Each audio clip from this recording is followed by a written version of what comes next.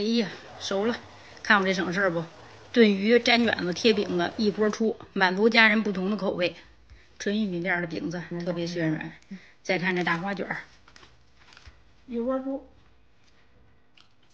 400克面，200克温水，用1袋这个老面味的发面宝。这个发面宝蒸馒头、包子、发饼都可以，放到温水里给它搅匀了，这样它发得快。我今天就做的少，就用这个能揉面的这个绞肉机和的面。面和好了之后，放在这醒发盒里醒发。再把这个玉米面和上，这个是纯玉米面啊，我这个也没有具体的数，差不多就行。同样也是用这个发面宝，和好了之后放一边发着。如果贴的时候面干，就再加点水。发面的时间把这个带鱼给煎一下。炖鱼我不大会，是不是这样炖我也不大清楚，反正我这手忙脚乱的就这么做的。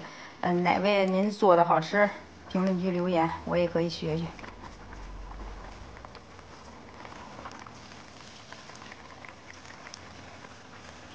调料放好了之后，扣上盖子，小火炖着，多炖会儿，鱼刺它软和，不扎嘴。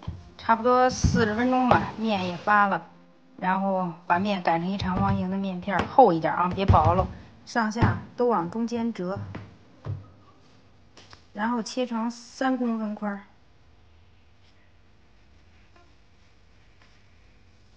2个一摞，筷子压中间，像拧麻花似的，这样一拧。放上保鲜柜，2次醒发15分钟左右。现在这鱼也差不多就是熟了，如果汤少再来点汤。开始贴饼子、粘卷子。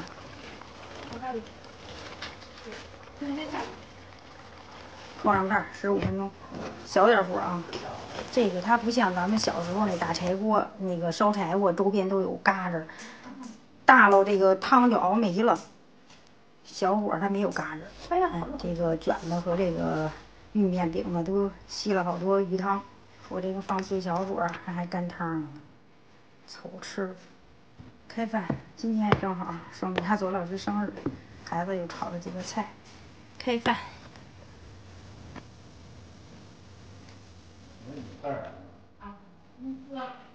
谢谢大闺女。这就是我儿子拿手菜，烤羊排，烤那个。上面又说拿烤羊排。不是，你最拿手的就是烤羊排，烤这个孜然羊肉啊。烤肉。来，生日快乐！好，谢谢你娘俩。我想告诉你了，不行，我得最高，不信，我得最高。对啊，我妈最高，你妈最高，我得最高啊！别。行，生日快乐！谢谢生日快乐！谢谢你娘俩啊，争取过年增家人。过年增家人。